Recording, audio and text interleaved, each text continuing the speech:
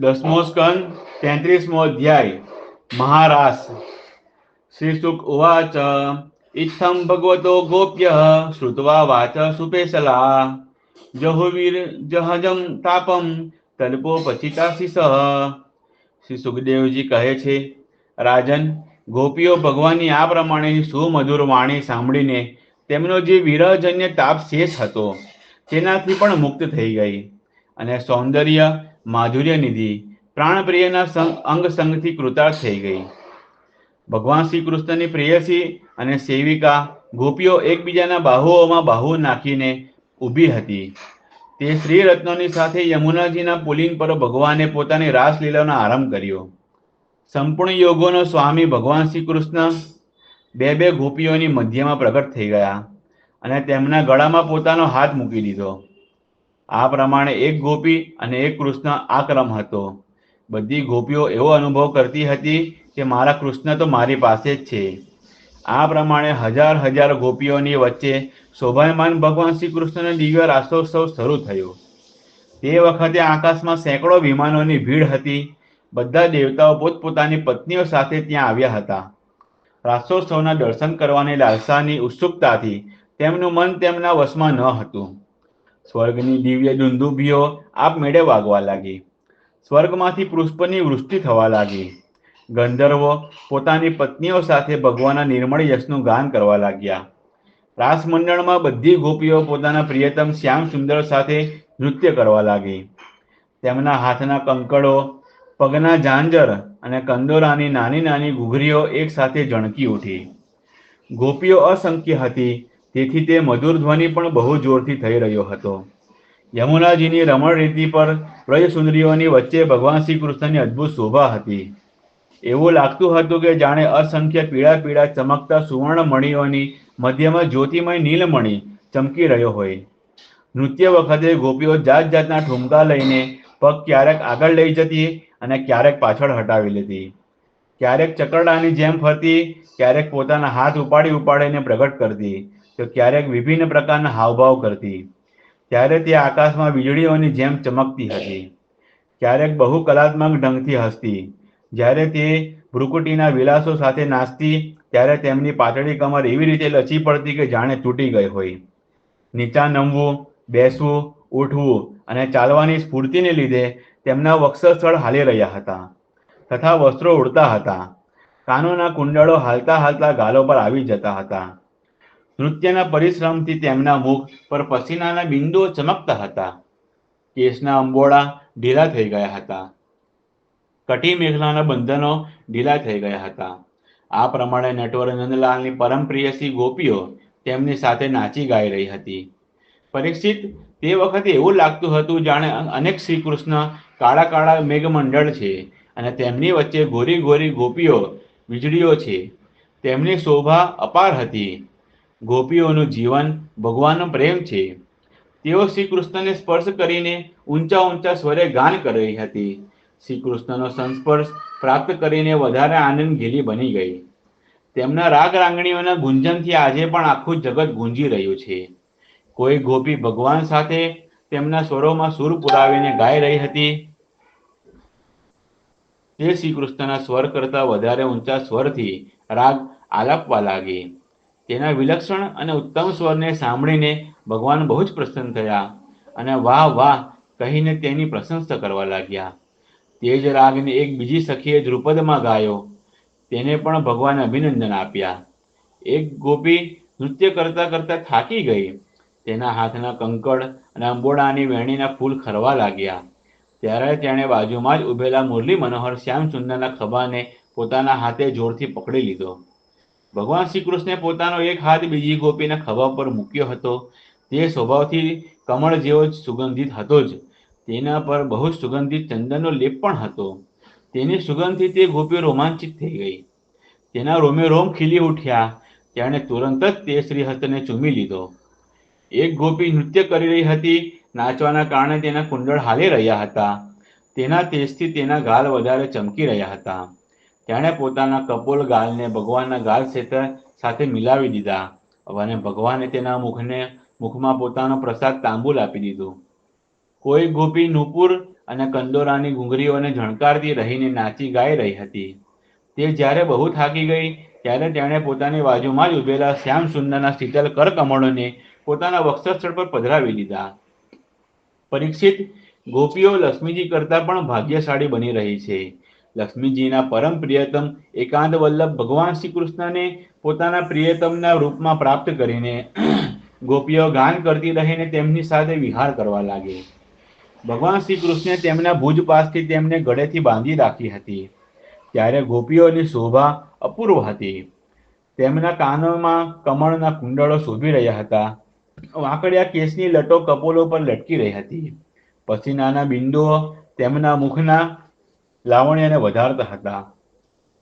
તેઓ રાસમંડળમાં ભગવાન શ્રી કૃષ્ણ સાથે નૃત્ય કરી રહી હતી. તેમના કંકળ અને ઝાંઝરો ઝણકી રહ્યા હતા. ભમરાઓ તેમના તાલમાં પોતાનો સૂર પુરાવી ગાઈ રહ્યા હતા. તેમના અંબોડામાં ગૂંથેલી વેણીઓના પુષ્પો ખરી રહ્યા હતા. પરીક્ષિત, જેમ નાનો બાળક નિર્વિકાર ભાવે પોતાના પડછાયા સાથે રમે છે, તે જ પ્રમાણે રમાપતિ ભગવાન શ્રી કૃષ્ણ ક્યારેક ગોપીઓને પોતાના હૃદય સાથે લગાવે છે. ક્યારેક હાથથી તેમનો અંગ સ્પર્શ કરતા, ક્યારેક પ્રેમભરી વાંકી દ્રષ્ટિથી તેમના તરફ જોતા, તો ક્યારેક લીલાપૂર્વક હાસ્ય કરતા. આ પ્રમાણે તેમણે વ્રજ સુંદરીઓ સાથે ક્રીડા કરી, વિહાર કર્યો. પરીક્ષિત, ભગવાનના શ્રી અંગોનો સંસ્પર્શ પ્રાપ્ત કરીને ગોપીઓની ઇન્દ્રિયો પ્રેમ અને આનંદથી વિહવળ થઈ ગઈ. નૃત્ય કરતા કરતા તેમના કેસ વિખરાઈ ગયા. તેઓ પોતાના કેસ, વસ્ત્ર અને ચોળી વગેરેને પૂરી રીતે સાચવવામાં અસમર્થ બની ગઈ.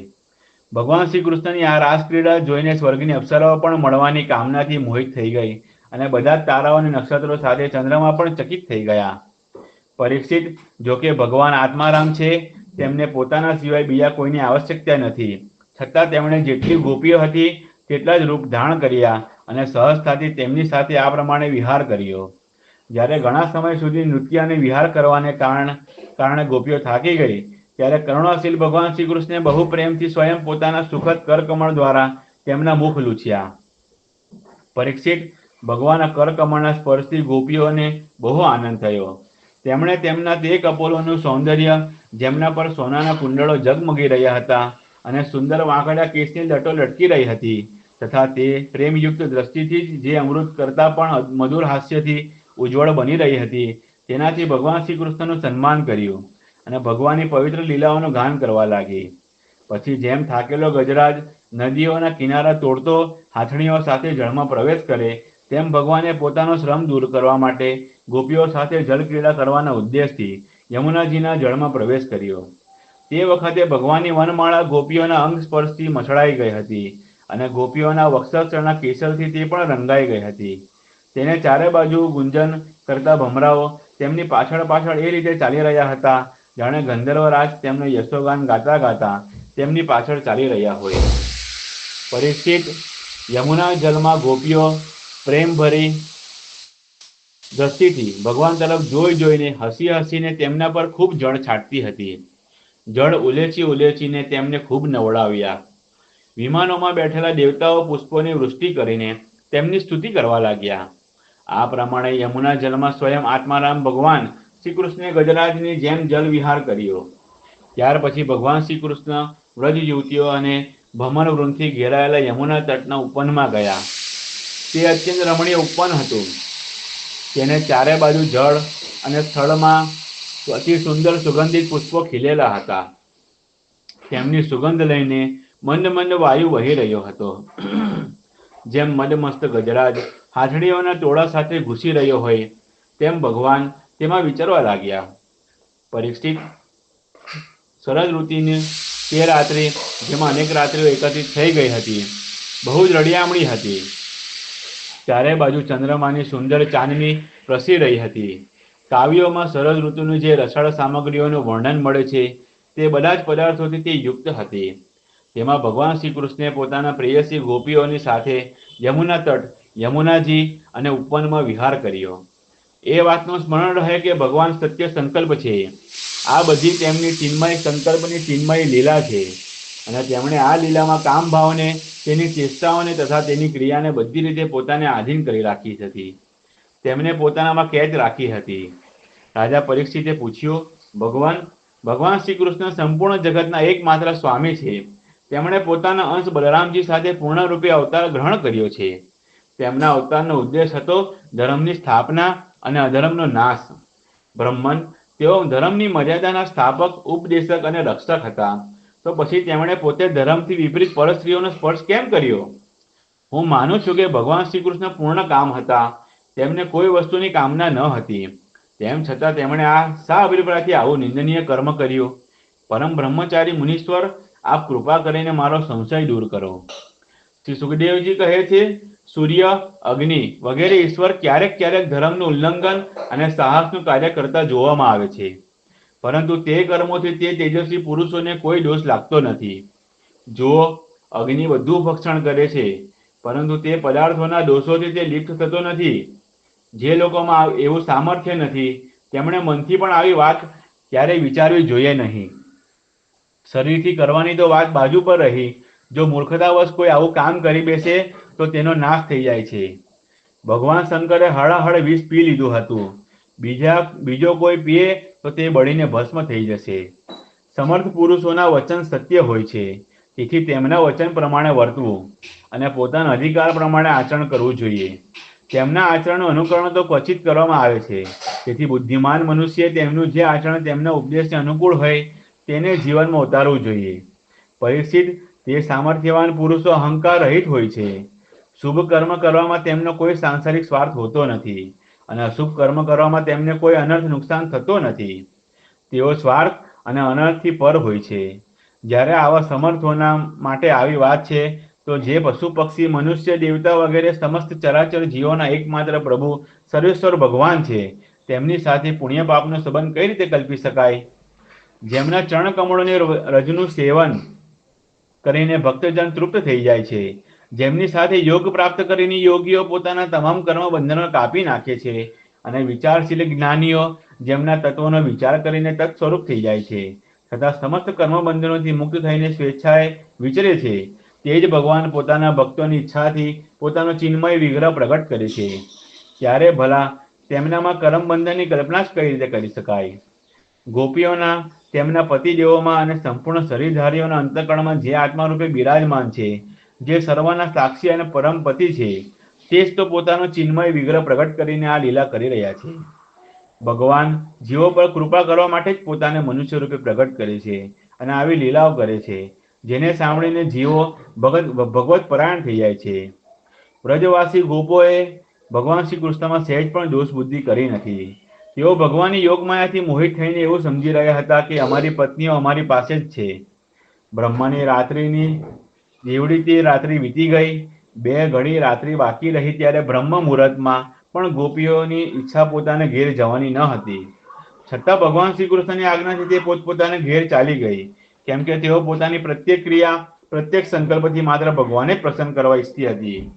પરીક્ષિત, જે ધીર પુરુષ વ્રજ યુવતીઓની સાથે ભગવાન શ્રી કૃષ્ણના ચિન્મય રાસલીલા વિલાસનું શ્રદ્ધા સાથે વારંવાર શ્રવણ અને વર્ણન કરે છે, તેને ભગવાનના ચરણોમાં પરાભક્તિ પ્રાપ્ત થાય છે, અને તે બહુ જલ્દી પોતાના હૃદય રોગ, કામા વિકારથી છુટકારો મેળવે છે. તેનો કામભાવ હંમેશને માટે નષ્ટ થઈ જાય છે. इति श्रीमद्भागवते महापुराणे पारमहंस्यां संहितायां दशम स्कन्धे पूर्वार्धे रासक्रीडा वर्णन नाम त्रयोदशोऽध्यायः. 10મા સ્કંદના પૂર્વાર્ધ અંતર્ગત રાસક્રીડા વર્ણન નામનો 33મો અધ્યાય સમાપ્ત. બોલો શ્રી કૃષ્ણ કનૈયા લાલ કી જય.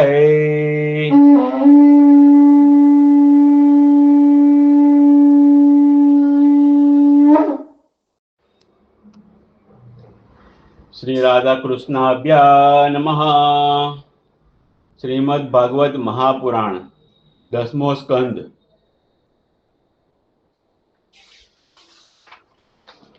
33મો અધ્યાય મહારાસ નો સંક્ષિપ્ત. શ્રીમદ્ ભાગવતમાં આ રાસલીલાના 5 અધ્યાય, તેના 5 પ્રાણ માનવામાં આવે છે. ભગવાન શ્રી કૃષ્ણની પરમ અતરંગ લીલા, નિજ સ્વરૂપ જેવી જ ગોપીઓ અને આહલાદીની શક્તિ શ્રી રાધાજીની સાથે થતી ભગવાનની દિવ્યાતિ દિવ્ય ક્રીડા આ અધ્યાયોમાં કહેવામાં આવે છે. રાસ શબ્દનું મૂળ રસ છે, અને રસ સ્વયં ભગવાન શ્રી કૃષ્ણ જ છે. રસો વેસહ, જે દિવ્ય ક્રીડામાં એક જ રસ અનેક રસોના રૂપમાં થઈને અનંત અનંત રસનું આસ્વાદન કરે, એક રસ જ રસ સમૂહના રૂપમાં પ્રકટ થઈને સ્વયં જ આસ્વાદક, લીલા, ધામ અને વિભિન્ન આલંબન અને ઉદ્દીપનના રૂપમાં ક્રીડા કરે, તેનું નામ રાસ છે. ભગવાનની આ દિવ્ય લીલા ભગવાનના દિવ્ય ધામમાં દિવ્ય રૂપે નિરંતર થયા કરે છે. આ ભગવાનની વિશેષ કૃપાથી પ્રેમી સાધકોના હિતાર્થે ક્યારેક ક્યારેક પોતાના દિવ્ય ધામની સાથે જ પૃથ્વી પર પણ પ્રકટ થાય છે. જેને જોઈ, સાંભળી અને ગાઈને તથા સ્મરણ ચિંતન કરીને અધિકારી પુરુષો રસ સ્વરૂપ ભગવાનની આ રસમય લીલાનો આનંદ લઈ શકે અને સ્વયં પણ ભગવાનની લીલામાં સામેલ થઈને પોતાને કૃતાર્થ કરી શકે. આ પંચાધ્યાયીમાં વંશી ધ્વનિ, શ્રી કૃષ્ણ સાથે ગોપીઓની વાતચીત, રમણ, શ્રી રાધાજી સાથે અંતર ધ્યાન, પુનઃ પ્રાગટ્ય, ગોપીઓ દ્વારા આપેલા વસ્ત્રના આસન પર બેસવું, ગોપીઓના પ્રશ્નોનો ઉત્તર, રાસ નૃત્ય, ક્રીડા, જલક્રીડા અને વન વિહારનું વર્ણન છે. જે માનવી ભાષામાં હોવા છતાં વસ્તુતઃ પરમ દિવ્ય છે. સમયની સાથે જ મનુષ્યના વિચારો પણ બદલાય છે. ક્યારેક અંતરદ્રષ્ટિની પ્રધાનતા થઈ જાય છે તો ક્યારેક બહિર્દ્રષ્ટિની. આજનો યુગ જ એવો છે જેમાં ભગવાનની દિવ્ય લીલાઓની તો વાત જ છે, સ્વયં ભગવાનના અસ્તિત્વ પર જ વિશ્વાસ નથી. આવી સ્થિતિમાં આ દિવ્ય લીલાનું રહસ્ય ન સમજીને લોકો જાત જાતની શંકાઓ કરે, તેમાં કોઈ આશ્ચર્યની વાત નથી. આ લીલા અંતરદ્રષ્ટિથી અને ખાસ તો ભગવત કૃપાથી જ સમજવામાં આવે છે. જે ભાગ્યશાળી અને ભગવત કૃપા પ્રાપ્ત મહાત્માઓએ આનો અનુભવ કર્યો છે તે ધન્ય છે અને તેમની ચરણ રજના પ્રતાપે જ ત્રિલોક ધન્ય છે. તેમની જ ઉક્તિઓનો આશ્રય લઈને અહીં રાસલીલાના સંબંધમાં યથકિંચિત લખવાની ધૃષ્ટતા કરવામાં આવી રહી છે. એ વાત પહેલા સમજી લેવી જોઈએ કે ભગવાનનું શરીર જીવના શરીર જેવું જળ હોતું નથી. જળની સત્તા માત્ર જીવની દ્રષ્ટિમાં હોય છે, ભગવાનની દ્રષ્ટિમાં નહીં. આ દેહ છે અને આ દેહી છે.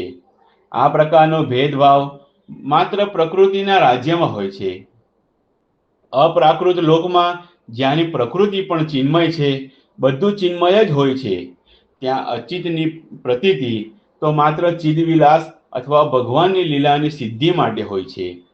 તેથી સ્થૂળતામાં અથવા એમ કહો કે જડતામાં રહેનારું મસ્તિષ્ક જ્યારે ભગવાનની અપ્રાકૃત લીલાઓના સંબંધમાં વિચાર કરે છે ત્યારે તે પોતાની પૂર્વ વાસનાઓ પ્રમાણે જળરાજ્યની ધારણાઓ, કલ્પનાઓ અને ક્રિયાઓનો જ આરોપ તે દિવ્ય રાજ્યના વિષયમાં પણ કરે છે. તેથી દિવ્ય લીલાના રહસ્યને સમજવામાં અસમર્થ બની જાય છે. આ રાસ વસ્તુતઃ પરમ ઉજ્જવળ રસનો એક દિવ્ય પ્રકાશ છે. જળ જગતની વાત તો દૂર રહી, જ્ઞાનરૂપ અથવા વિજ્ઞાનરૂપ જગતમાં પણ આ પ્રગટ થતો નથી. વધારે શું કહેવું, સાક્ષાત ચિન્મય તત્વમાં પણ આ પરમ દિવ્ય ઉજ્જવળ રસના લેશનો આભાસ પણ જોવામાં આવતો નથી. આ પરમ રસનો દિવ્ય આનંદ તો પરમ ભાવમયી શ્રી કૃષ્ણ પ્રેમ સ્વરૂપા ગોપીજનોના મધુર હૃદયમાં જ થાય છે. આ રાસલીલાના યથાર્થ સ્વરૂપનો અને પરમ માધુર્યનો આસ્વાદ તેમને જ મળે છે. બીજા લોકો તો તેની કલ્પના પણ કરી શકતા નથી. ભગવાન જીવિત ગોપીઓ પણ પરમ રસમયી અને સચ્ચિદાનંદમયી છે. સાધનાની દ્રષ્ટિથી પણ તેમણે માત્ર જળ શરીરનો જ ત્યાગ કરી દીધો નથી, બલકે સૂક્ષ્મ શરીરથી પ્રાપ્ત થનારા સ્વર્ગ, કૈવલ્યથી અનુભવાતું મોક્ષ, બીજું તો શું, જડતાની દ્રષ્ટિનો જ ત્યાગ કરી દીધો છે. તેમની દ્રષ્ટિમાં માત્ર સચ્ચિદાનંદ સ્વરૂપ શ્રી કૃષ્ણ છે.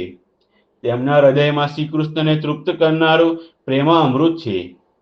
તેમની આ અલૌકિક સ્થિતિમાં સ્થૂળ શરીર, તેની સ્મૃતિ અને તેના સંબંધથી થનારા અંગ સંગની કલ્પના કોઈ પણ રીતે કરી શકાય એમ નથી. આવી કલ્પના તો માત્ર દેહાત્મ બુદ્ધિથી ગ્રસ્ત જીવોની હોય છે. જેમણે ગોપીઓને જાણી છે તેમણે ગોપીઓની ચરણરજ પ્રાપ્ત કરીને પોતાને ધન્ય માન્યા છે. બ્રહ્માજી, શંકર ભગવાન, પરમ જ્ઞાની ઉદ્ધવજી અને અર્જુને ગોપીઓની ઉપાસના કરીને ભગવાનના ચરણોમાં તેવા પ્રેમનું વરદાન પ્રાપ્ત કર્યું છે. અથવા પ્રાપ્ત કરવાની અભિલાષા કરી છે. તે ગોપીઓના દિવ્ય ભાવને સાધારણ સ્ત્રી પુરુષના ભાવ જેવો માનવો એ ગોપીઓ, ભગવાન અને ખરેખર તો સત્ય પ્રતિ મહાન અન્યાય કરવાનો અપરાધ છે. આ અપરાધથી બચવા માટે ભગવાનની દિવ્ય લીલાઓના વિચાર કરતી વેળા તેમની અપ્રાકૃત દિવ્યતાનું સ્મરણ રાખવું બહુ જ જરૂરી છે. ભગવાનનું ચિદાનંદ ઘન શરીર દિવ્ય છે. તેઓ અજન્મા અને અવિનાશી છે, અપ્રાકૃત છે. તેઓ નિત્ય સનાતન શુદ્ધ ભગવત સ્વરૂપ જ છે. એ જ પ્રમાણે ગોપીઓ દિવ્ય જગતની ભગવાનની સ્વરૂપભૂતા અંતરંગ શક્તિઓ છે. આ બંનેનો સંબંધ પણ દિવ્ય જ છે. આ ઉચ્ચતમ ભાવ રાજ્યની લીલા સ્થૂળ શરીર અને સ્થૂળ મનથી પર છે. આવરણ ભંગ પછી અર્થાત ચીરહરણ કરીને જ્યારે ભગવાન સ્વીકૃતિ આપે છે ત્યારે આમાં પ્રવેશ થાય છે. પ્રાકૃત દેહનું નિર્માણ થાય છે. સ્થૂળ, સૂક્ષ્મ અને કારણ આ ત્રણ દેહોના સંયોગથી જ્યાં સુધી કારણ શરીર રહે છે ત્યાં સુધી આ પ્રાકૃત દેહથી જીવને છુટકારો મળતો નથી. કારણ શરીર પૂર્વકૃત કર્મોના તે સંસ્કારોને કહે છે જે શરીર નિર્માણમાં કારણ હોય છે. આ કારણ શરીરના આધારે જીવને વારંવાર જન્મ મૃત્યુના ચક્રમાં પડવું પડે છે અને આ ચક્ર જીવની મુક્તિ ન થાય ત્યાં સુધી અથવા કારણનો સર્વથા અભાવ ન થાય ત્યાં સુધી ચાલતું જ રહે છે. આ જ કર્મ બંધનોને લીધે 5 ભૌતિક સ્થૂળ શરીર મળે છે જે રક્ત, માંસ, અસ્થિ વગેરેથી ભરેલું અને ચામડીથી ઢંકાયેલું હોય છે. ભગવાન શ્રી કૃષ્ણનું ભગવત સ્વરૂપ શરીર તો ચિદાનંદમય છે. તેમાં દેહદેહી, ગુણગુણી, રૂપરૂપી, નામનામી અને લીલા પુરુષોત્તમનો ભેદ નથી. શ્રી કૃષ્ણનું એક એક અંગ પૂર્ણ શ્રી કૃષ્ણ છે. શ્રી કૃષ્ણનું મુખમંડલ જેમ પૂર્ણ શ્રી કૃષ્ણ છે તે જ પ્રમાણે શ્રી કૃષ્ણના પદનખ પણ પૂર્ણ શ્રી કૃષ્ણ છે. શ્રી કૃષ્ણની બધી ઇન્દ્રિયોથી બધા કામ થઈ શકે છે. તેમના કાન જોઈ શકે છે, તેમની આંખો સાંભળી શકે છે, તેમની નાસિકા સ્પર્શ કરી શકે છે, તેમની રચના સૂંઘી શકે છે, તેમની ત્વચા સ્વાદ લઈ શકે છે, તેઓ હાથોથી જોઈ શકે છે, આંખોથી ચાલી શકે છે. શ્રી કૃષ્ણનું બધું જ શ્રી કૃષ્ણ હોવાને કારણે તે સર્વથા પૂર્ણતમ છે. તેનાથી તેમની રૂપમાધુરી નિત્ય વર્ધનશીલ, નિત્ય નવીન સૌંદર્યમયી છે. તેમાં એવો ચમત્કાર છે કે તે સ્વયં પોતાને જ આકર્ષિત કરી લે છે. પછી તેમના સૌંદર્ય માધુર્યથી ગાયો, હરણાઓ અને વૃક્ષલતાઓ પુલકિત થઈ જાય તેમાં તો કહેવાનું શું. ભગવાનને ઉપનિષદમાં અખંડ બ્રહ્મચારી કહેવામાં આવ્યા છે અને એથી જ ભાગવતમાં તેમના માટે અવરુદ્ધ સૌરભ વગેરે શબ્દો આવ્યા છે. પછી કોઈ શંકા કરે કે તેમની 16,108 રાણીઓના આટલા પુત્રો કઈ રીતે થયા, તો એનો સીધો જવાબ એ જ છે કે આ બધી ભાગવતી સૃષ્ટિ હતી, ભગવાનના સંકલ્પથી થઈ હતી. ભગવાનના શરીરમાં જે રક્તમાસ વગેરે દેખાય છે તે તો ભગવાનની યોગમાયાનો ચમત્કાર છે. આ વિવેચનથી પણ એ જ સિદ્ધ થાય છે કે ગોપીઓની સાથે ભગવાન શ્રી કૃષ્ણનું જે રમણ થયું તે સર્વથા દિવ્ય ભગવત રાજ્યની લીલા છે, લૌકિક નથી. ભગવાનની વાંસળી જળને ચેતન, ચેતનને જળ, ચલને અચલ અને અચલને ચલ, વિસિક્તને સમાધિસ્થ અને સમાધિસ્થને વિસિક્ત બનાવતી રહે છે. ભગવાનનું પ્રેમદાન પ્રાપ્ત કરીને ગોપીઓ નિસંકલ્પ નિશ્ચિત થઈને ઘરના કામમાં લાગેલી હતી. કોઈ ગુરુજનોની સેવા શુશ્રૂષા ધર્મના કામમાં લાગેલી હતી, કોઈ ગાયો દોહવી વગેરે અર્થના કામમાં લાગેલી હતી, કોઈ સજવા ધજવા વગેરે શૃંગાર કામના સાધનમાં વ્યસ્ત હતી, તો કોઈ પૂજાપાઠ વગેરે મોક્ષ સાધનમાં વ્યસ્ત હતી. પરંતુ વાસ્તવમાં તેમાંથી કોઈ પદાર્થની ઈચ્છતી ન હતી. આ જ તેમની વિશેષતા હતી અને આનું પ્રત્યક્ષ પ્રમાણ એ છે કે વેણુના સાંભળતા જ કર્મની પૂર્ણતા પર તેમનું ધ્યાન ન ગયું. કામ પૂરું કરીને જઈએ એવું તેમણે વિચાર્યું નહીં. તે નીકળી ગઈ સાધક સંન્યાસીની જેમ કે જેનું ચિત્ત વૈરાગ્યની પ્રદીપ્ત જ્વાળાથી પરિપૂર્ણ છે. કોઈએ કોઈને પૂછ્યું નહીં, સલાહ પૂછી નહીં. અસ્તવ્યસ્ત સ્થિતિમાં જે જેમ હતી તે સ્થિતિમાં શ્રી કૃષ્ણ પાસે પહોંચી ગઈ. વૈરાગ્યની પૂર્ણતા અને પ્રેમની પૂર્ણતા એક જ વાત છે, બે નથી. ગોપીઓ વ્રજ અને શ્રી કૃષ્ણની વચ્ચે મૂર્તિમાન વૈરાગ્ય છે કે મૂર્તિમાન પ્રેમ, શું આનો કોઈ નિર્ણય કરી શકે? સાધકોમાં બે ભેદ છે, મર્યાદા પૂર્ણ વિહિત સાધના અને મર્યાદા રહિત અવિહિત પ્રેમ સાધના. બંનેના પોતપોતાના સ્વતંત્ર નિયમ છે. વિહિત સાધનામાં જેમ નિયમોના બંધનોનો, સનાતન પદ્ધતિના કર્તવ્યોનો અને વિવિધ આચરવા યોગ્ય કર્મોનો ત્યાગ સાધનાથી ચ્યુત કરનારો અને ઘણો જ હાનિકારક છે, તે જ પ્રમાણે અવિહિત પ્રેમ સાધનામાં આમનું પાલન કલંકરૂપ હોય છે. એવી વાત નથી કે આ બધા આત્મોન્નતિના સાધનોને તે અવિહિત પ્રેમ સાધનાનો સાધક જાણી બૂજીને છોડી દે છે. વાત એ છે કે તે સ્તર જ એવું છે કે જ્યાં આમની આવશ્યકતા જ નથી, તે અહીં આપમેળે જ છૂટી જાય છે. જેમ નદી પાર કર્યા પછી સ્વાભાવિક રીતે જ નૌકા છૂટી જાય છે. જમીન પર ચાલતા નૌકામાં બેસવાનો પ્રશ્ન જ ઉભો થતો નથી, અને ન એવું ઈચ્છનાર અથવા કરનાર બુદ્ધિમાન હોય છે. આ બધા સાધનો ત્યાં સુધી રહે છે જ્યાં સુધી તમામ વૃત્તિઓ સહજ સ્વેચ્છાથી હંમેશા એકમાત્ર ભગવાન તરફ દોડવા ન લાગી જાય. તેથી ભગવાને ગીતામાં એક જગ્યાએ અર્જુનને કહ્યું છે, ન મે પાર્થાસ્તિ કર્તવ્યમ ત્રિષુ લોકેષુ કિંચન નાના વાપ્તવ્યમ વર્ત એવ ચ કર્મણી યદિ હયમ ન વર્તે જાતુ કર્મણ્યતિન્દ્રિતઃ મમ વર્તાનો વર્તન્તે મનુષ્યા પાર્થ સર્વસઃ ઉચ્છિદે યુરિમે લોકાન કુર્યા કર્મ ચેદહમ સૌંદરસ્ય ચ કર્તા શ્યામુપહાન્યમિમા પ્રજાઃ સક્તાઃ કર્મણ્ય વિદ્ધાંસો યથા કુર્વન્તિ ભારત કુર્યાદિદાસ્તક્તસક્તર કિસ્તુ લોક સંગ્રહમ. અર્જુન, જો કે ત્રણેય લોકમાં મારે કશું કરવાનું નથી અને ન મારે કોઈ વસ્તુ પણ પ્રાપ્ત કરવાની છે. જે મને પ્રાપ્ત ન હોય તો પણ હું કર્મ કરું છું. જો હું સાવધાન થઈને કર્મ ન કરું તો અર્જુન, મારા દેખાદેખી લોકો કર્મોને છોડી દેશે અને આમ મારા કર્મો ન કરવાથી બધા લોકો ભ્રષ્ટ થઈ જાય તથા હું એમને વર્ણશંકર બનાવનારો અને તમામ પ્રજાનો નાશ કરનારો બની જાઉં. તેથી મારા આ આદર્શ પ્રમાણે અનાસક્ત જ્ઞાની પુરુષે પણ લોક સંગ્રહ માટે તે જ રીતે કર્મો કરવા જોઈએ જેમ કર્મમાં આસક્ત અજ્ઞાની લોકો કરે છે. અહીં ભગવાન આદર્શ લોક સંગ્રહી મહાપુરુષ બોલે છે. લોકનાયક બનીને સર્વસાધારણને શિક્ષા આપે છે, તેથી સ્વયં પોતાનું ઉદાહરણ આપીને લોકોને કર્મમાં પ્રવૃત્ત કરવા ચાહે છે. એ જ ભગવાન તે જ ગીતામાં જ્યાં અંતરંગતાની વાત કરે છે ત્યાં સ્પષ્ટ કહે છે, સર્વધર્માન પરિત્યજ્ય મામેકમ શરણમ વ્રજ. બધા ધર્મોનો ત્યાગ કરીને તું માત્ર એક મારી શરણમાં આવી જા. આ વાત બધા માટે નથી, એટલે જ ભગવાન 1864 આને બધાથી ચડિયાથી છુપાયેલી રહસ્યની વાત સર્વગુહ્યતમ કહીને તેના પછીના શ્લોકમાં કહે છે, ઇદમ તે નાથ પસ્તાય ના ભક્ત્યાય કદાચન ન ચાશ્રુ શુશ્રુવે વાચ્યમ ન ચમા યોદ્વ્ય શ્રૂયતિ.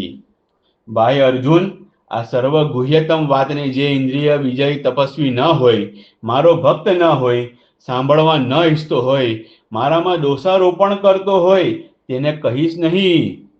શ્રી ગોપીજનો સાધનાના આ જ ઉચ્ચતર સ્તરમાં પરમ આદર્શ હતા. તેથી તેઓ દેહ ગેહ, પતિ પુત્ર, લોક પરલોક, કર્તવ્ય ધર્મ બધાને છોડીને, બધાને ઓળંગીને એકમાત્ર પરમ ધર્મ સ્વરૂપ ભગવાન શ્રી કૃષ્ણને પ્રાપ્ત કરવા માટે ગયા હતા. તેમનો આ પતિ પુત્રનો ત્યાગ એ સર્વધર્મનો ત્યાગ જ તેમના સ્તર પ્રમાણે સ્વધર્મ છે. આ સર્વધર્મ ત્યાગ સ્વરૂપ સ્વધર્મનું આચરણ ગોપીઓ જેવા ઉચ્ચ સ્તરના સાધકોમાં જ સંભવ છે, કેમ કે બધા ધર્મોનો ત્યાગ તે જ કરી શકે જે આનું વિધિ પાલન કરી ચૂક્યા પછી તેના પરમ ફળ એવા અનન્ય અને અચિંત્ય દેવ દુર્લભ ભગવત પ્રેમને પ્રાપ્ત કરી ચૂકે છે. તે પણ જાણી બૂજીને ત્યાગ નથી કરતા. સૂર્યનો પ્રખર પ્રકાશ થઈ જતા તેલના દીવાની જેમ સ્વતઃ જ તે ધર્મ તેને ત્યાગી દે છે. આ ત્યાગ તિરસ્કાર ભર્યો નથી, પરંતુ તૃપ્તિ ભર્યો છે. ભગવત પ્રેમની ઊંચી સ્થિતિનું આ જ સ્વરૂપ છે. દેવર્ષિ નારદજીનું એક સૂત્ર છે, વેદાનપી સંન્યસ્તિ કેવલમ વિંછિન્ના રાગમ અનુરાગમ લભતે. જે વેદમૂલક સમસ્ત ધર્મ મર્યાદાઓનો પણ સારી રીતે ત્યાગ કરી દે છે, તે અખંડ અપાર ભગવત પ્રેમને પ્રાપ્ત કરે છે. જેને ભગવાન પોતાનો વેણુના સંભળાવીને નામ લઈને બોલાવે છે, તે ભલા કોઈ બીજા ધર્મ તરફ તાકીને ક્યાં અને કેવી રીતે રોકાઈ શકે? રોકનારાઓએ તો રોક્યા પણ, પરંતુ હિમાલયથી નીકળીને સમુદ્રમાં મળનારી બ્રહ્મપુત્રા નદીની પ્રખર ધારાને શું કોઈ રોકી શકે છે? તે ન રોકાઈ શકી નહીં. જેમના ચિત્તમાં થોડા પૂર્વ સંસ્કાર શેષ હતા, તે પોતાના અનધિકારને લીધે સશરીર જવામાં સફળ ન થઈ. તેમનું શરીર ઘરમાં પડી રહ્યું. ભગવાનના વિયોગના દુઃખથી તેમના બધા પાપો ધોવાઈ ગયા. ધ્યાનમાં પ્રાપ્ત ભગવાનના પ્રેમ આલિંગનથી તેમના સઘળા સૌભાગ્યનું પરમ ફળ પ્રાપ્ત થયું, અને તે ભગવાન પાસે સશરીર જનારી ગોપીઓથી પહેલા જ ભગવાન પાસે પહોંચી ગઈ, ભગવાનમાં મળી ગઈ. આ શાસ્ત્રનો પ્રસિદ્ધ સિદ્ધાંત છે કે પાપ પુણ્યને કારણે જ બંધન થાય છે અને શુભ અશુભ કર્મો ભોગવવા પડે છે. શુભ અશુભ કર્મો ભોગવવાથી જ્યારે પાપ પુણ્ય બંને નષ્ટ થઈ જાય છે, ત્યારે જ જીવની મુક્તિ થઈ જાય છે. જો કે ગોપીઓ પાપ પુણ્યથી રહિત શ્રી ભગવાનની પ્રેમ મૂર્તિઓ જ હતી, તો પણ લીલા માટે એવું દેખાડવામાં આવ્યું કે પોતાના પ્રિયતમ શ્રી કૃષ્ણ પાસે જઈ ન શકવાથી તેમના વિરહાગ્નિથી તેમને એટલો મહાન સંતાપ થયો કે તેનાથી તેમના તમામ અશુભ કર્મો ભોગવાઈ ગયા. તેમના સમસ્ત પાપ નષ્ટ થઈ ગયા અને પ્રિયતમ ભગવાનના ધ્યાનથી તેમને એટલો આનંદ થયો કે તેમના બધા પુણ્યોનું ફળ મળી ગયું. આ પ્રમાણે પાપ પુણ્યોનો સંપૂર્ણ અભાવ થવાથી તેમની મુક્તિ થઈ ગઈ. ચાહે ગમે તે ભાવે, કામથી, ક્રોધથી, લોભથી જે ભગવાનના મંગલમય શ્રી વિગ્રહનું ચિંતન કરે છે, તેના ભાવની અપેક્ષા ન કરીને વસ્તુ શક્તિથી જ તેનું કલ્યાણ થઈ જાય છે. આ ભગવાનના શ્રી વિગ્રહની વિશેષતા છે. ભાવ દ્વારા તો એક માટી, ધાતુ, લાકડાની મૂર્તિ પણ પરમ કલ્યાણનું દાન કરી શકે છે. ભાવ વિના જ કલ્યાણ દાન ભગવદ વિગ્રહનું સહજ દાન છે. ભગવાન છે મોટા લીલામય, જ્યાં તે અખિલ વિશ્વના વિધાતા બ્રહ્મા, શંકર વગેરેને પણ વંદનીય, અખિલ જીવોના પ્રત્યાગાત્મા અંતરાત્મા છે. ત્યાં તે લીલા નટવર ગોપીઓના ઈશારે નાચવાવાળા પણ છે. તેમની જ ઈચ્છાથી, તેમના જ પ્રેમ આહ્વાનથી, તેમના જ બંસી નિમંત્રણથી પ્રેરિત થઈને ગોપીઓ તેમની પાસે આવી. પરંતુ તેમણે એવા હાવભાવ પ્રગટ કર્યા, એવો સ્વાંગ બનાવ્યો, જાણે તેમને ગોપીઓના આવવાની કોઈ ખબર જ ન હોય. કદાચ ગોપીઓના મોઢેથી તે તેમના હૃદયની વાત, પ્રેમની વાતો સાંભળવા માંગતા હશે. સંભવ છે તેઓ વિપ્રલંબ વિરહ દ્વારા તેમના મિલન ભાવને પુષ્ટ કરવા ઈચ્છતા હોય. વધારે શક્યતા તો એ દેખાય છે કે ક્યાંક લોકો અને સાધારણ વાત ન સમજી લે. તેથી સાધારણ લોકો માટે ઉપદેશ અને ગોપીઓનો અધિકાર પણ તેમણે બધાની સામે મૂકી દીધો. તેમણે કહ્યું, ગોપીઓ વ્રજમાં કોઈ આપત્તિ તો આવી નથી ને? ઘોર રાત્રિના સમયે અહીં આવવાનું કારણ શું છે? ઘરના લોકો શોધતા હશે. તમારે હવે અહીં રોકાવું ન જોઈએ. વનની શોભા જોઈ લીધી, હવે બાળકો અને વાછડા ઉપર પણ ધ્યાન આપો. ધર્મને અનુકૂળ મોક્ષના ખુલેલા દ્વાર સમા તમારા સગા સંબંધીઓની સેવા છોડીને વનમાં આમ તેમ ભટકવું સ્ત્રીઓ માટે ઉચિત નથી. સ્ત્રીએ પોતાના પતિની જ સેવા કરવી જોઈએ, તે ગમે તેવો કેમ ન હોય. આ જ સનાતન ધર્મ છે. આ જ પ્રમાણે તમારે વર્તવું જોઈએ. હું જાણું છું કે તમે બધી મને પ્રેમ કરો છો, પરંતુ પ્રેમમાં શરીરનું સાનિધ્ય જરૂરી નથી. સ્મરણ, શ્રવણ, દર્શન અને ધ્યાનથી સાનિધ્યની અપેક્ષાએ પ્રેમનું વધારે જતન થાય છે. જાઓ, તમે સનાતન સદાચારનું પાલન કરો. આમ તેમ મનને ભટકવા ન દો. શ્રી કૃષ્ણનો આ બોધ ગોપીઓ માટે નથી, સામાન્ય નારી જાતિ માટે છે. ગોપીઓનો અધિકાર વિશેષ હતો અને તેને પ્રગટ કરવા માટે જ ભગવાન શ્રી કૃષ્ણે આવા વચન કહ્યા હતા. આ બધું સાંભળીને ગોપીઓની શી સ્થિતિ થઈ અને આના ઉત્તરમાં તેમણે શ્રી કૃષ્ણને શી પ્રાર્થના કરી? તેઓ શ્રી કૃષ્ણને મનુષ્ય નથી માનતી. તેમના પૂર્ણ બ્રહ્મ સનાતન સ્વરૂપને સારી રીતે જાણે છે અને તે જાણીને જ તેમને પ્રેમ કરે છે. આ વાતનો કેટલો સુંદર પરિચય આપ્યો. આ બધા વિષયોનો મૂળમાં જ પાઠ કરવા યોગ્ય છે.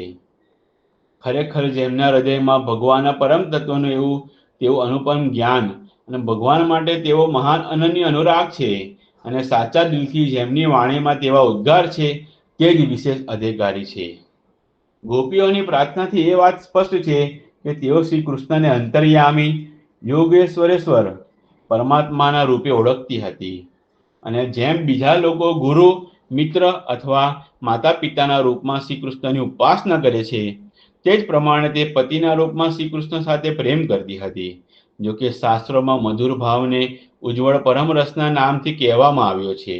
જ્યારે પ્રેમના બધા ભાવો પૂર્ણ થાય છે અને સાધકને સ્વામી, સખા વગેરે રૂપમાં ભગવાન મળે છે ત્યારે ગોપીઓએ શું અપરાધ કર્યો હતો કે તેમનો આવો ઉચ્ચતમ ભાવ, જેમાં શાંત, દાસ્ય, સખ્ય અને વાત્સલ્ય બધા જ ભાવ અંતર્ભૂત છે અને જે બધાથી ઉન્નત અને બધાનું અંતિમ રૂપ છે, પૂરો ન થાય. ભગવાને તેમનો ભાવ પૂરો કર્યો અને પોતાને અસંખ્ય રૂપોમાં પ્રગટ કરીને ગોપીઓ સાથે ક્રીડા કરી. એમની ક્રીડાનું સ્વરૂપ નિર્દેશિત કરતા કહેવામાં આવ્યું છે કે રેમે રમેશો વ્રજ સુંદરી ભીર્યથા ભીર્ય ભરતઃ સ્વપ્રતિબિંબ વિભ્રમ. જેમ નાનકડું બાળક દર્પણ અથવા જળમાં પડેલા પોતાના પ્રતિબિંબ સાથે રમે છે તે જ પ્રમાણે રમેશ ભગવાન અને વ્રજ સુંદરીઓએ રમણ કર્યું. અર્થાત સચ્ચિદાનંદ ઘન સર્વાંતયામી પ્રેમરસ સ્વરૂપ લીલારસમય પરમાત્મા ભગવાન શ્રી કૃષ્ણે પોતાની આહલાદીની શક્તિ સ્વરૂપા આનંદ ચિન્મય રસ પ્રતિભાવિતા પોતાની જ પ્રતિમૂર્તિથી ઉત્પન્ન પોતાના પ્રતિબિંબ સ્વરૂપા ગોપીઓ સાથે ક્રીડા કરી. પૂર્ણ બ્રહ્મ સનાતન રસ સ્વરૂપ રસરાજ રસિક શેખર રસ પર બ્રહ્મ અખિલ રસામૃત વિગ્રહ ભગવાન શ્રી કૃષ્ણની આ ચિદાનંદ રસમય દિવ્ય ક્રીડાનું નામ જ રાસ છે. આમાં ન કોઈ જળ શરીર હતું, ન પ્રાકૃત અંગ સંગ હતો અને ન આના સંબંધની પ્રાકૃત અને સ્થૂળ કલ્પનાઓ પણ હતી. આ હતો ચિદાનંદમય ભગવાનનો દિવ્ય વિહાર, જે દિવ્ય લીલાધામમાં સર્વદા થતો રહેવા છતાં પણ ક્યારેક ક્યારેક પૃથ્વી પર પણ પ્રગટ થઈ જાય છે. વિયોગ જ સંયોગનો પોષક છે. માન અને મદ જ ભગવાનની લીલામાં બાધક છે. ભગવાનની દિવ્ય લીલામાં માન અને મદ પણ જો કે દિવ્ય છે તે એટલા માટે હોય છે કે તેનાથી લીલામાં રસને વધારે પોષણ મળે. ભગવાનની ઈચ્છાથી જ ગોપીઓના લીલાને અનુરૂપ માન અને મદનો સંચાર થયો અને ભગવાન અંતર ધ્યાન થઈ ગયા. જેમના હૃદયમાં લેશ માત્ર પણ મદ બચેલો છે, નામ માત્રના પણ માનના સંસ્કાર શેષ છે, તેઓ ભગવાનના સાનિધ્યમાં રહેવાના અધિકારી નથી અથવા તેઓ ભગવાનની પાસે રહેવા છતાં પણ દર્શન કરી શકતા નથી. પરંતુ ગોપીઓ હતી. તેમની સાથે જગતના કોઈ પ્રાણીની તલભાર પણ તુલના ન થઈ શકે. ભગવાનના વિયોગમાં ગોપીઓની સી દશા થઈ એ વાતને રાસલીલાના બધા વાચકો જાણે છે. ગોપીઓના શરીર, મન, પ્રાણ તે જે કંઈ હતી બધા શ્રી કૃષ્ણમાં એક રસ થઈ ગયા. તેમના પ્રેમ ઉન્માદનું તે ગીત, જે તેમના પ્રાણોનું પ્રત્યક્ષ પ્રતીક છે, આજે પણ ભાવિક ભક્તોને ભાવમગ્ન કરીને ભગવાનના લીલા લોકમાં પહોંચાડી દે છે. એકવાર સરસ હૃદયથી હૃદયહીન થઈને નહીં, માત્ર પાઠ કરવાથી જ ગોપીઓની મહત્તા હૃદયમાં ભરી દે છે. ગોપીઓનો તે મહાભાવ, તે અલૌકિક પ્રેમ ઉન્માદ જોઈને શ્રી કૃષ્ણ પણ વધુ સમય અંતર્ધ્યાન ન રહી શક્યા.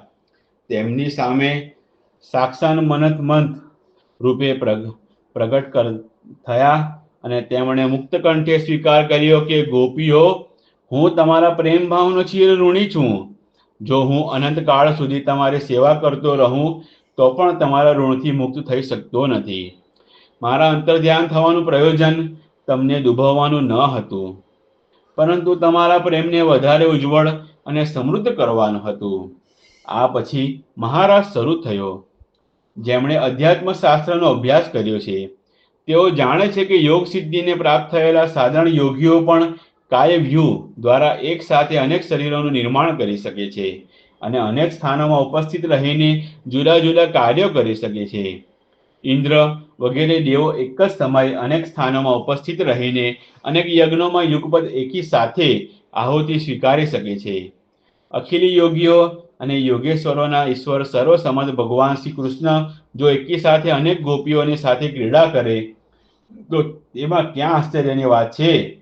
જે લોકો ભગવાનને ભગવાન માનતા નથી તે જ અનેક પ્રકારની શંકા કુશંકાઓ કરે છે. ભગવાને નિજ લીલામાં આવા તર્કોને બિલકુલ સ્થાન નથી. ગોપીઓ શ્રી કૃષ્ણની સ્વકિયા હતી કે પરકિયા, આવો પ્રશ્ન પણ શ્રી કૃષ્ણના સ્વરૂપને વિચારીને જ ઊભો કરવામાં આવે છે. શ્રી કૃષ્ણ કોઈ જીવ નથી કે જગતની વસ્તુઓમાં તેમનો ભાગીદાર બીજો જીવ પણ હોય. જે કંઈ પણ હતું, છે અને થશે તેના એકમાત્ર પ્રતિ શ્રી કૃષ્ણ જ છે. પોતાની પ્રાર્થનામાં ગોપીઓએ અને પરીક્ષિતના પ્રશ્નના ઉત્તરમાં શ્રી સુખદેવજીએ આ જ વાત કહી છે કે ગોપીઓના પતિ, તેમના પુત્ર, સગા સંબંધીઓ અને જગતના સમસ્ત પ્રાણીઓના હૃદયમાં આત્મા રૂપે પરમાત્મા રૂપે જે પ્રભુ સ્થિત છે તે જ શ્રી કૃષ્ણ છે. કોઈ ભ્રમથી, અજ્ઞાનથી ભલે ને શ્રી કૃષ્ણને પરાયા સમજે, તે કોઈના પરાયા નથી, બધાના પોતાના છે, બધા તેમના છે. શ્રી કૃષ્ણની દ્રષ્ટિથી કે જે વાસ્તવિક દ્રષ્ટિ છે તે કોઈ તેમાં પરકિયા છે જ નહીં, બધી સ્વકિયા છે. બધો માત્ર પોતાનો જ લીલા વિલાસ છે.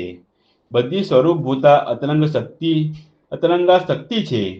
ગોપીઓ આ વાતને જાણતી હતી અને ઠેક ઠેકાણે તેમણે આવું કહ્યું છે. શ્રીમદ ભાગવત તેના દસમ સ્કંદ ઉપર અને રાસ પંચાધ્યાયી ઉપર અત્યાર સુધી અનેક ભાષ્યો અને ટીકાઓ લખાઈ ચૂક્યા છે. જેમના લેખકોમાં જગતગુરુ શ્રી વલ્લભા આચાર્ય, શ્રી શ્રીધર સ્વામી, શ્રી જીવ ગોસ્વામી વગેરે છે. તે લોકોએ બહુ જ વિસ્તારથી રાસલીલાનો મહિમા સમજાવ્યો છે. કોઈએ આને કામ પરનો વિજય કહ્યો છે, કોઈએ ભગવાનનો દિવ્ય વિહાર બતાવ્યો છે અને કોઈએ આનો આધ્યાત્મિક અર્થ કર્યો છે. ભગવાન શ્રી કૃષ્ણ બધાના આત્મા છે. આત્માકાર વૃત્તિ શ્રી રાધા છે અને બાકીની આત્માભિમુખ વૃત્તિઓ તે ગોપીઓ છે. તેમનું ધારા પ્રવાહ રૂપે નિરંતર આત્મરમણ જ રાસ છે. કોઈ પણ દ્રષ્ટિએ જોઈએ રાસલીલાનો મહિમા વધારે ને વધારે પ્રગટ થાય છે. પરંતુ આનાથી એવું ન માનવું જોઈએ કે શ્રીમદ ભાગવતમાં વર્ણવેલ રાસ અથવા રમણ પ્રસંગ માત્ર રૂપક અથવા કલ્પના જ છે. તે સર્વથા સત્ય છે અને જેનું વર્ણન છે. તેવું જ મિલન વિલાસ વગેરે રૂપે શૃંગારનું રસાસ્વાદન પણ થયું હતું. ફરક એટલો જ છે કે તે લૌકિક સ્ત્રી પુરુષોનું મિલન ન હતું. તેમના નાયક હતા સચ્ચિદાનંદ વિગ્રહ, પરતત્વ પૂર્ણતમ સ્વાધીન અને નિરંકુશ સ્વેચ્છા વિહારી ગોપીનાથ ભગવાન, નંદનંદન અને નાયિકા હતી સ્વયં આહલાદીની શક્તિ શ્રી રાધાજી અને તેમની કાવ્ય રૂપા તેમની ધનીભૂત મૂર્તિઓ શ્રી ગોપીજનો. તેથી આમની તે લીલા અપ્રાકૃત હતી. સર્વથા મીઠી સાકરની કડવી તુંબડી જેવી કોઈ આકૃતિ બનાવવામાં આવે જે જોવામાં આબેહૂબ તુંબડી જેવી જ લાગે, પરંતુ ખરેખર તે સાકરની તુંબડી કડવી થોડી થઈ જાય છે.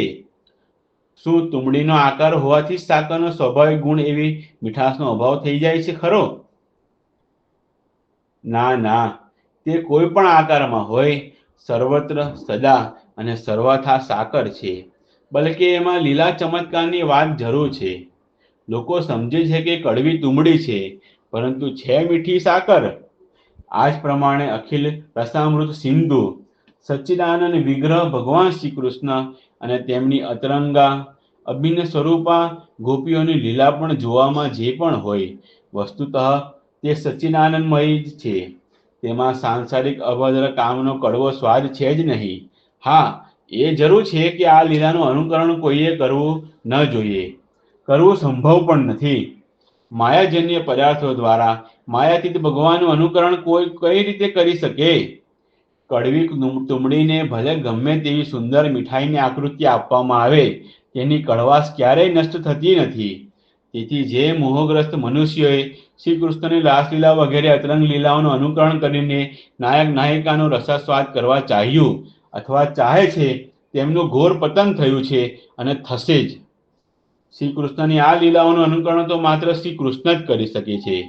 તેથી શ્રી સુખદેવજીએ રાસ પંચાધ્યાયના અંતમાં બધાને સાવધાન કરતા કહી દીધું કે ભગવાનના ઉપદેશનું તો બધાએ પાલન કરવું જોઈએ, પરંતુ તેમના બધા આચરણોનું અનુકરણ કરવું ન જોઈએ.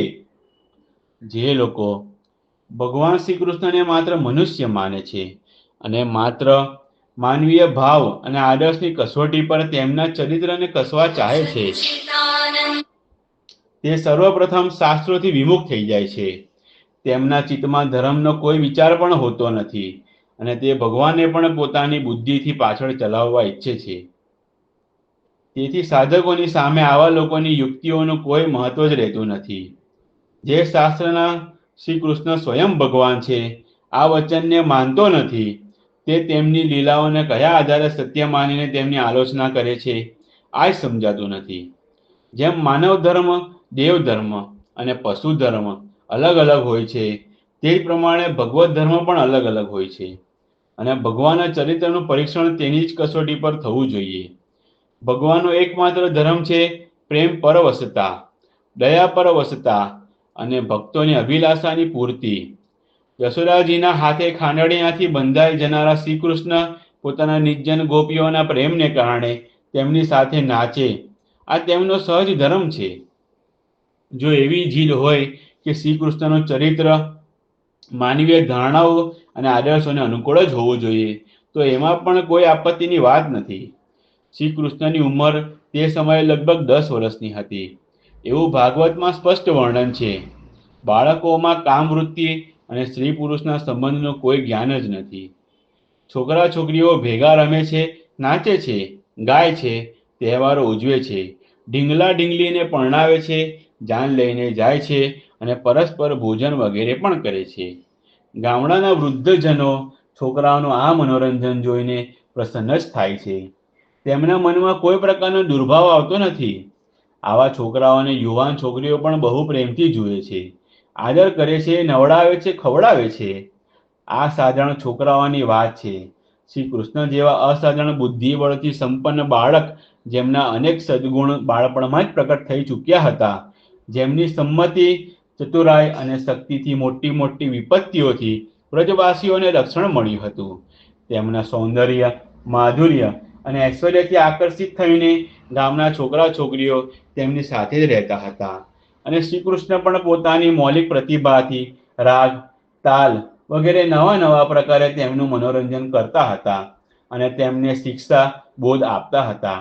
આવા જ મનોરંજનોમાં પણ રાસલીલા પણ એક હતી, એવું સમજવું જોઈએ. જે શ્રી કૃષ્ણને માત્ર મનુષ્ય સમજે છે, તેમની દ્રષ્ટિમાં પણ તે દોષ દ્રષ્ટિ ન હોવી જોઈએ. તેઓ ઉદારતા અને બુદ્ધિમાનીથી ભાગવતમાં આવેલા કામરતિ વગેરે શબ્દોનો ઠીક તેવો જ યથાર્થ અર્થ સમજે, જેવો કે ઉપનિષદ અને ગીતામાં તે શબ્દોનો અર્થ થાય છે. વાસ્તવમાં ગોપીઓના નિષ્કપટ પ્રેમ જ છે અને ભગવાન શ્રી કૃષ્ણનું આત્મરમણ અને તેમની દિવ્ય લીલા છે. તેથી ઠેક ઠેકાણે તેમના માટે વિભુ, પરમેશ્વર, લક્ષ્મીપતિ, ભગવાન, ઈશ્વરેશ્વર, આત્મારામ, મન્મથ વગેરે શબ્દો આવ્યા છે, જેથી કોઈને કોઈ ભ્રમ ન થઈ જાય. જ્યારે ગોપીઓ શ્રી કૃષ્ણનો વેણુનાદ સાંભળીને વનમાં જવા લાગી હતી, ત્યારે તેમના સગા સંબંધીઓએ તેમને જતા રોકી હતી. રાત્રિના સમયે પોતાની છોકરીઓને ભલા કોણ બહાર જવા દે, છતાં તે ચાલી ગઈ અને એથી ઘરના લોકો કોઈ રીતે નારાજ ન થયા અને તેમણે શ્રી કૃષ્ણ પર અથવા ગોપીઓ પર કોઈ પણ પ્રકારનું લાંછન પણ ન લગાડ્યું. તેમનો શ્રી કૃષ્ણ પર, ગોપીઓ પર વિશ્વાસ હતો અને તે બધા આમના બાળપણની રમતોથી પરિચિત હતા. તેમને તો એવું લાગ્યું કે જાણે ગોપીઓ અમારી પાસે જ છે. આ વાતને બે રીતે સમજી શકીએ. એક તો એ કે શ્રી કૃષ્ણ પર તેમનો એટલો વિશ્વાસ હતો કે શ્રી કૃષ્ણ પાસે ગોપીઓનું રહેવું પણ પોતાની પાસે રહેવા જેવું જ છે. આ તો માનવીય દ્રષ્ટિ છે. બીજી દ્રષ્ટિ એ છે કે શ્રી કૃષ્ણની યોગમાયા એવી વ્યવસ્થા કરી રાખી હતી કે ગોપીઓ તે ગોપોને ઘરમાં દેખાતી હતી. કોઈ પણ દ્રષ્ટિથી રાસલીલા દૂષિત પ્રસંગ નથી, બલકે અધિકારી પુરુષો માટે સંપૂર્ણ મનના દોષોને નષ્ટ કરનારો છે. રાસલીલાના અંતમાં કહેવામાં આવ્યું છે કે જે પુરુષ શ્રદ્ધા ભક્તિપૂર્વક રાસલીલાનું શ્રવણ વર્ણન કરે છે, તેના હૃદયનો રોગ અતિ શીઘ્ર નષ્ટ થઈ જાય છે અને તેને ભગવાનનો પ્રેમ પ્રાપ્ત થઈ જાય છે. ભાગવતમાં અનેક ઠેકાણે એવું વર્ણન આવે છે કે જે ભગવાનની માયાનું વર્ણન કરે છે તે માયાથી પાર થઈ જાય છે, જે ભગવાનના કામ વિજયનું વર્ણન કરે છે તે કામ પર વિજય પ્રાપ્ત કરે છે. પરીક્ષિત રાજાએ પોતાના પ્રશ્નોમાં જે શંકા વ્યક્ત કરી છે તેમનો ઉત્તર પ્રશ્નોને અનુરૂપ જ અધ્યાય 29 શ્લોક 13 થી 16 સુધી અને અધ્યાય 33 શ્લોક 30 થી 37 સુધી શ્રી સુખદેવજી આપ્યો છે. તે ઉત્તરથી તે શંકાઓ તો ચાલી ગઈ છે, પરંતુ ભગવાનની દિવ્ય લીલાનું રહસ્ય સમજાયું નહીં. સંભવતઃ તે રહસ્યને ગુપ્ત રાખવા માટે જ 33મા અધ્યાયમાં રાસલીલાનો પ્રસંગ સમાપ્ત કરી દેવામાં આવ્યો. વસ્તુતઃ આ લીલાના ગૂઢ રહસ્યની પ્રાકૃત જગતમાં વ્યાખ્યા પણ પર કરી શકાય તેમ નથી, કારણ કે રાસલીલા એ જગતની ક્રીડા નથી. એ તો દિવ્ય આનંદમય રસમય રાજ્યની ચમત્કારમય લીલા છે, જેના શ્રવણ અને દર્શન માટે પરમહંસ મુનિઓ પણ સદા લાલાયિત રહે છે. થોડા લોકો આ લીલા પ્રસંગને ભાગવતમાં સેપક માને છે. આ ખરેખર તેમનો દુરાગ્રહ છે, કેમ કે પ્રાચીનમાં પ્રાચીન પ્રતોમાં પણ આ પ્રસંગ છે, અને થોડો વિચાર કરીને જોતા આ બધી રીતે સુસંગત અને નિર્દોષ જણાય છે. ભગવાન શ્રી કૃષ્ણ કૃપા કરીને એવી નિર્મળ બુદ્ધિ આપે જેથી અમે લોકો આનું થોડું રહસ્ય જાણવા સમર્થ બની શકીએ. ભગવાનની આ દિવ્ય લીલાના વર્ણનનું પ્રયોજન એ જ છે કે જે જીવ ગોપીઓના અહેતુ પ્રેમનું જે શ્રી કૃષ્ણને સુખ આપવા માટે હતો સ્મરણ કરે અને તેના દ્વારા ભગવાનના રસમય દિવ્ય લીલાલોકમાં ભગવાન આનંદ પ્રેમનો અનુભવ કરે. આપણે રાસલીલાનું અધ્યયન કરતી વેળા કોઈ પણ પ્રકારની શંકા ન કરીને શ્રદ્ધા સાથે આનો પાઠ કરવો જોઈએ. શ્રી હનુમાન પ્રસાદ પોદ્દાર. બોલો શ્રી કૃષ્ણ કનૈયા લાલ કી જય.